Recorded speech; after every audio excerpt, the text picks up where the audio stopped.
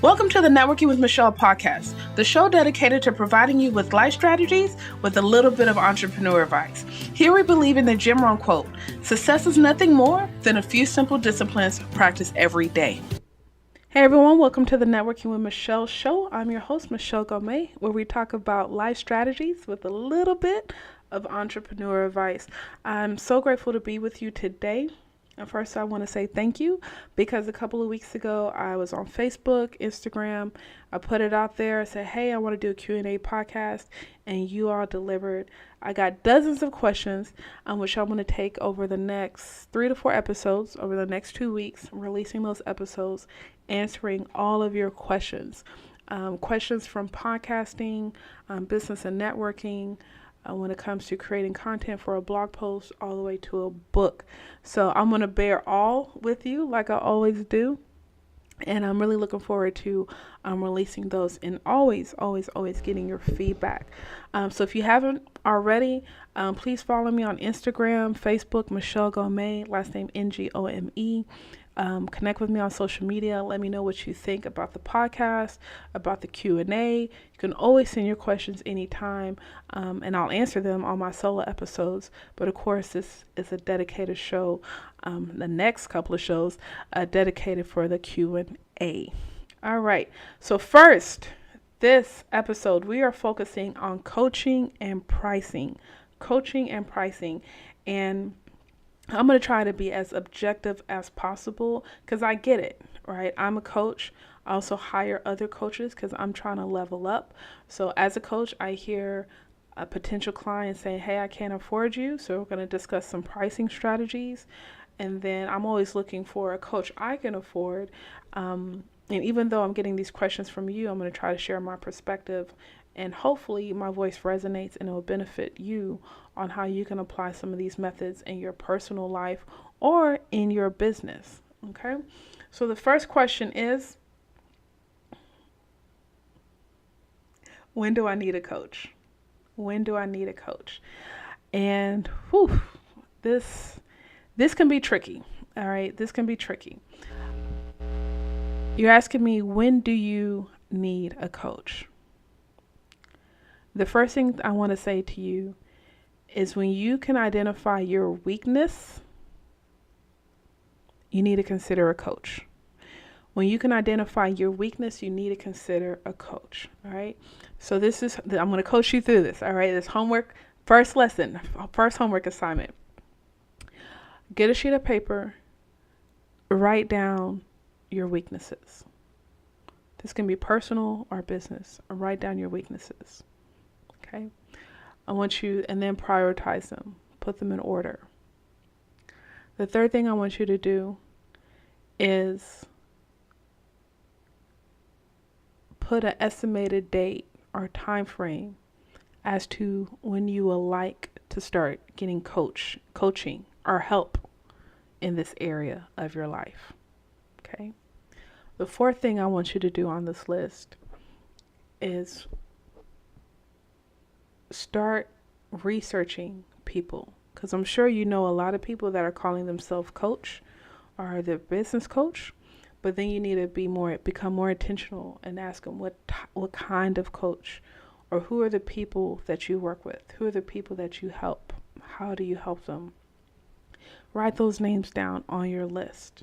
Okay, ask for recommendations from other colleagues and friends. Get some feedback on them. Have you had a business coach before? What type of coach? How did it help you? Okay. So write those down. Start researching these coaches from their price point. Say hey, I'm looking for a coach in this area of my life. Can you jump on the phone with me for about 15 minutes? I would like to see if you'll be a good fit. Okay. So that's the first thing I would say to do when you need to consider a coach. All right. Now I want to dive deeper. All right. Before you get to the coach, you need to understand your learning style. You need to understand your learning and your communication style, because every coach is different. And that's why I'm encouraging the 15-minute call. Some coaches already do that, but if they don't, ask them if they're willing to do that. Do you need a coach that you need to physically sit down and meet them in person twice a month? If so, that may limit your pool. Okay. I do a lot of online marketing. I see a lot of online coaches. There's people here in Houston that I coach, but we jump on Zoom for our calls. So understand your learning style and what you need from a coach. Do you want to do one on one? You need intimacy. Maybe you're too embarrassed of where you are in your business, or you don't feel uh, equipped or capable, and you need one on one versus group coaching. Okay. Usually one on one coaching is more expensive than group coaching. So be mindful of that. So understand, ask yourself, what is my learning style? And what is my learning style? What is my communication style? And I'll be honest, you may need someone, you may need someone that if I need a productivity coach, it's okay if we jump online and have a conversation. But if maybe I'm doing something more hands on, maybe it's accounting or whatever, and you need someone to sit down with you and go and show you things step by step. And yeah, you can do a screen share, but everyone's different. Okay. So that's what I would advise when it comes to coaching. Also, keep in mind with some of those weaknesses. So, for example, I have a degree in finance. My experiences in banking and investments. Okay. Now, a lot of people assume I know accounting or I handle my books, and I don't. I have that outsourced. That's something I'm just not going to deal with altogether, right? So keep in mind, yes, it's a weakness, but do I want to outsource this responsibility, or do I want to be coached through this process? Okay, so be mindful of that. Because whatever your weakness is, your coach is strong, right? That's a strength. That's the highlight of your coach, and they should coach you through that process. Okay. Um, I don't know what number I'm on. A third point to keep in mind: what are your current and your future goals? What are your current and your future goals? Because you want to make sure that you find a coach that is aligned with your short and long term goals. So, for example, if you are hitting one of three of your goals, maybe you need accountability partner, right? Um, or if you are in a slump where maybe you're getting the traffic, but you're not converting the traffic, you need a sales coach, right? So, what are your current and future goals? And make sure that coach aligns with those goals. A couple of years ago, I got a coach, had a great rapport with this guy. We were both starting out. Felt like, let me support him, whatever. But what I needed originally, every time we got on the phone for a coaching call, I felt like the plans deviated. I felt like our conversation deviated from my original goal of receiving coaching, right? So be mindful of that. And I feel like I was all over the place. And did I learn something? Absolutely. But I was probably better off, I'm not saying not to have a coach, but taking my time to find the right coach for my short and long term needs. So be mindful of the type of coach that's going to help you with your current and future goals. Also, you want a coach that you're able eventually, or you're going to be capable of emulating their success, right? You're, you're going to be able to emulate their success. This coach, whatever publications you're looking to be in, they've been in. The platforms that they've been able to present on, you want to go there, right? Now, I'm not saying your coach is going to share all their secrets with you, because a lot of it's really about relationships. But you'll be like, oh man, she did this, this, this. That's exactly what I'm trying to do. Okay. I'm going to invest with her. I'm going to, get him or her as my coach. So you want to be under the leadership where you have an idea of like, okay, they have this type of success that I'm chasing. And I mean that with all positivity. Okay. So think of a coach, you want to emulate their success. And more importantly, you're ready for a coach when you're ready to do the work. You know you're ready for a coach when you are ready to do the work. So it's really about the time, okay? If you have a good coach, they're going to give you homework. There's things you have to do when we get off the phone. And then as soon as we jump on the phone 2 weeks from now, I'm asking if you did those things, okay? This isn't just about having a feel-good phone call every other week. This is about doing the work. So, for example, me personally, if you're just starting a business, I don't think you need a coach. I think there's a lot of free resources out there that you need to utilize. I also believe when you're starting a business, you are spending a lot of money. I don't think enough people are talking about that because you're trying to put stuff in place. So, for example, especially now with the subscription model being so popular, you'll mess around, you'll have a new bill, $200 a month, because you've signed up for 6 to 10 things. And but oh, it's only $10. Oh, it's only $20. Before you know it, it's $200. You signed up for 6 to 10 subscription-based models of things that supposedly you need, quote unquote, for your business to launch, for your business to run. So I don't think you need a business coach in the beginning until you get some footing. Also, lots of times people have a hobby. They start making money from a hobby. I'm like, oh, this is fun. And I think that's great. So you want to think, I'm like, hey, is this a hobby where it's a hobby and I'm paying down debt? It's a hobby and I'm saving that money to travel and, other things? Or do I want to turn this into a business? And I believe if you're making, $500, $1,000 a month consistently for, 3 months, 6 months, you'll be like, hey, okay, maybe I do have a business here. Maybe I do have something viable here that I need to look into. Because once you have that, you might need a coach that's going to help you transition from full-time employee into full-time entrepreneurship. Okay. Or maybe you've already been in business for 2 years and you're consistently making $5,000 to $7,000 a month in revenue and you're profitable, and you're like, man, I don't know what it is, but I just can't hit that 10K mark. I'm coming close, but I'm not able to hit that 6-figure a year mark. Okay. That's when you need a coach that focuses on growth strategies.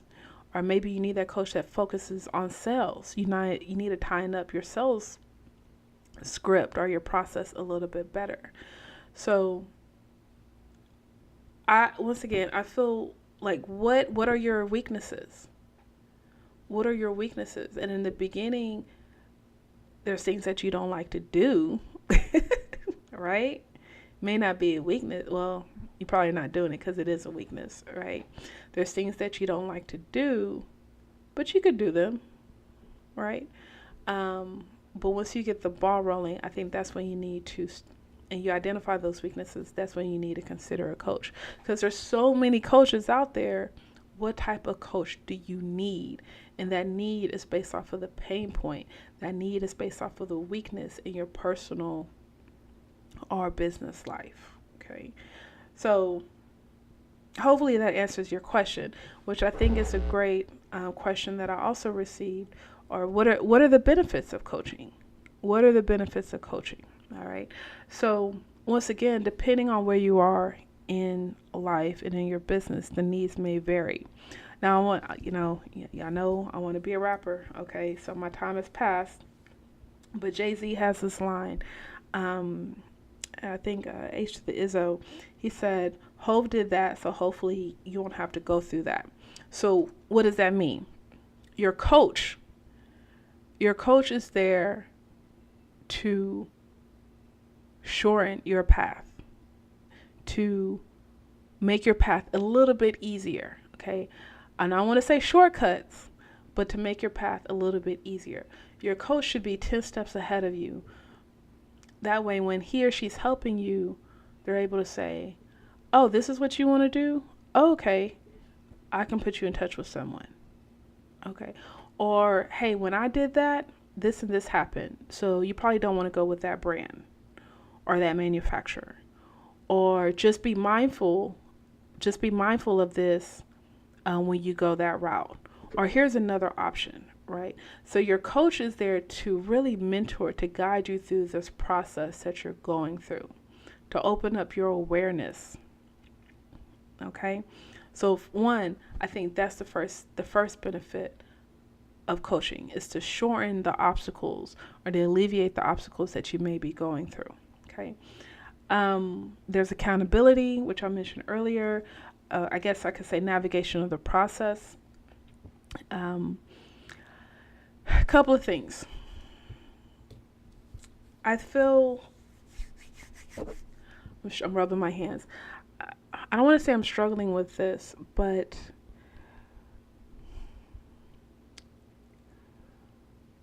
a lot of the information out there is free. Okay. I'd say a lot of people are telling you your why. You should already know your why, but the value's in the how. The value is in the how. So you want a coach that's strategic, because I promise you, there are things that you already know. There's things that you know how to do. You just may not know the right order to do them in. Is that a complete sentence? Okay.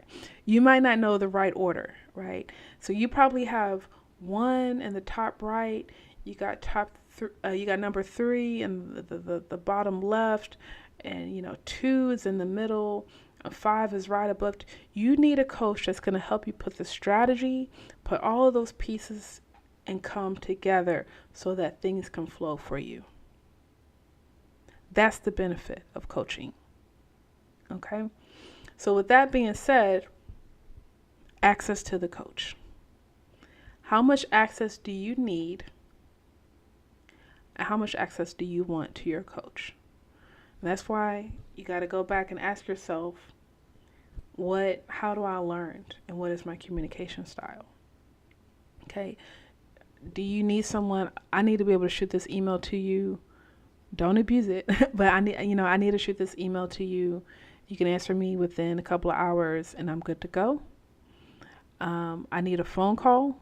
Do I get one coaching call a week? Think about how much access do you need to your coach. In return, how much access is that coach going to give you? All right. So once again, if you want to speak, I'm like, hey, man, I would love to work for JP Morgan. I would love to speak for JP Morgan Chase. And he used to work for Chase. He or she used to work for Chase. Chase is a client of theirs. Are they willing to share that information with you, to share that relationship with you? Now, I'm not saying same thing. This is a principle of networking, right? A lot of people feel like, oh, I met you. How can, what's in it for me? Help me right now. I still think even if you're a student and you pay the coach, you still have to prove yourself to this person. I still need you to do the work before I hand over this introduction, or whatever the capacity may be. Okay. So think about, do you have a coach that's willing to share their resources, not just their knowledge, but their resources, their relationships, their Rolodex to you, because that's important. Also, I mentioned one-on-one versus group coaching. Think about access to the community, right? Especially if it's group coaching. Do they have a Facebook group, other people that you can connect with? And you're like, hey, man, every time I go on there, Peterson, he's always commenting. Peterson, he posts the most thoughtful questions in the Facebook group. And then you can connect with Peterson and start shooting messages. Hey, man, I really like what you're doing. You're always adding value in the group. Can we jump on the phone? I'd love to just shoot the breeze with you, because it's all about like-minded people. Okay, so do you have access to a Facebook group or a community that you're able to build your own offline relationships with? And lots of times the people in the group are more dynamic than the coach. It's just the coach is able to bring all of those people together. Okay, so think about, to me, those are some of the benefits I've received. I've been fortunate. I've done one-on-one coaching. I've done group coaching with Lewis House School of Greatness. Still in communication with some of these people from all over the world. I did Paul Brunson's mentoring program last year. Still in communication with these people all over the world. Okay. And I met some of them at conferences, right? So think about what kind of access you want to, when it comes to the coach, to the community, navigation of the process, life or personal, life or business, accountability. Those are some of the benefits when it comes to coaching. Okay. But it's all about you having a great coach, you doing the work in order for you to move forward in the best direction possible. Because we all just trying to live our best life. All right. So question number 3. Actually, let's see here. All right. Question number 3. It's about pricing. I would love to hear more about fees and offering flexibility to potential clients about fees. Some folks can afford what I initially offer and others cannot. But for those who cannot afford it, and how can I get them past scarcity and into investing in themselves? Value, value, value. Pricing is the formality. Value, value, value. Pricing is the formality. That is something I learned a couple of years ago when I started studying value-based pricing. Your pricing captures the value of your service. Your pricing captures the value of your business. The pricing captures the formality of this being business, of it being a business transaction, right? And for those of you who don't know, value-based pricing is just your fee, your rate is based off of your quality of work versus hourly. Okay, so it's like, do you charge $100 an hour to do a website, or do you just charge $5,000 flat out, right? In short, some people are like, okay, well, I'm gonna charge an hour, and you don't know if they're dragging that work out. Like, you don't know if they're working on your stuff or not. That's one thing I would be paranoid. I'm like, okay, man, is this person working on my logo? Like, Lord, how long is it gonna take, right? Whew. Okay, get the bill. Okay, $250. Okay, cool. But if I know, Michelle, I'm charging you $250 for a logo, I'm like, okay, cool. And you make a deal to get it in by March 15th. I don't care when you work on it. It could take you 5 minutes. That $250 is $250. It could take you 50 hours. That $250, that's $250, right? So those are some of the what I consider the benefits of value-based pricing. If you're good at what you do, you become more efficient, and therefore you become more profitable with value-based pricing. All right. So with that being said, I don't know. That's the lecture for the day, but I'm going to have the previous show in the show notes, as well as the link to the book for you to check that out. I do think you have to be somewhat flexible when it comes to pricing. You want to have different price points, low, medium, high, based off of your current target audience, the people that are listening to you, your podcast, reading your book, downloading your lead magnet, things of that nature. Okay. One thing I learned from Jonathan Sprinkles when I went to his presentation, Power, was anytime you're going to quote your fee, always say the investment is $500. The investment is $5,000. Let them know it is an investment, right? They're investing in you dollars-wise while you're investing in them with your knowledge. And I know one thing I need to work on. I need to show the other ways that I invest in myself, right? Whether it's books on Amazon, going to a networking event, going to a conference, hiring a coach, right? All of that's an investment, and it creates a healthy cycle in order for you to be a good business coach, right? As far as scarcity, I think it depends on the offering. If you're doing a group coaching or a mastermind, there's times when that opens up. So yeah, you kind of put those things out there like, oh, a limited time, or doors are closing soon, or whatever that time frame is. You want to create that sense of urgency behind people. Whereas when it's one-on-one coaching, people kind of feel like it's always available, give or take. When it comes to scarcity, you have to show people what it's going to cost them if they don't take care of this now. what is it going to cost you if you don't solve this problem right now? Right? So, for example, I had a client, a potential, not even a client, a potential client. He reached out to me for some content marketing. I've known this guy for a couple of years. He was actually referred by a friend. He wanted to do one thing with a friend. The friend was like, you need to talk to Michelle. So we jumped on the phone, put a proposal. I was like, well, it's like, what's your budget? He told me, I put a proposal together. I even offer services below his budget, right? Offer services below his budget. So that goes back to the flexibility. However, he still didn't buy from me, which is fine. I have to trust my prices. I have to trust myself. Because if it was anything, and he said it wasn't the pricing, it was really about spending the money or letting go of the money, which I get. This is the thing. Couple of things. Time versus money. You either going to take the time to learn it and do it yourself, or you're going to spend the money for someone else to do it for you.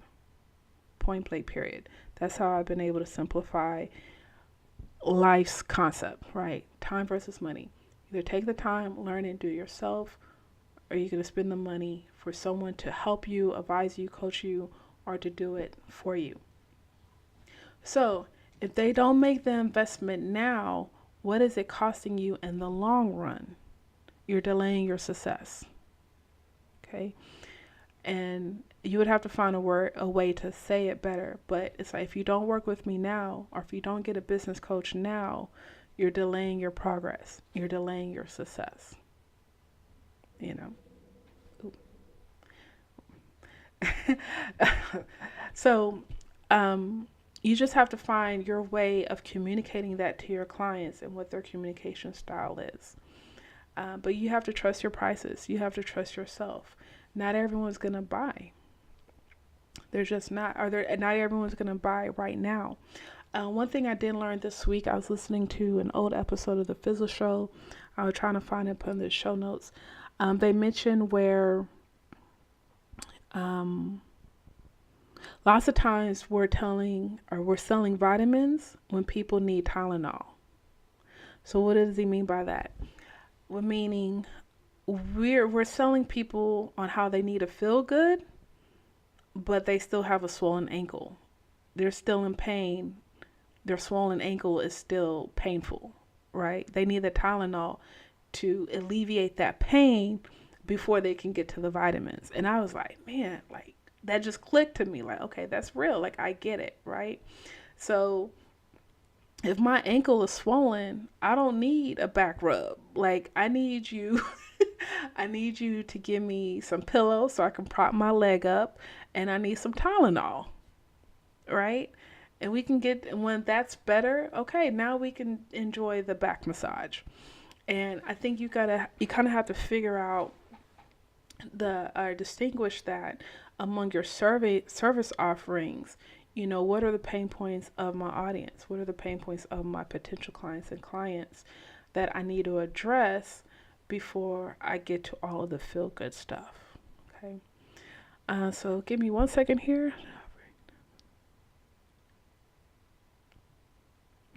Also, one thing that I do, and I understand that you have a podcast as well, because I listen to your stuff. I'm also on your email list. You have to eliminate the amount of time you spend with people when it comes to so-called consultations, the lunches and all that kind of stuff. You got to eliminate your time. So one thing I do, people ask me like, hey, I want to talk to you about da-da-da. Okay, what do you want to talk about?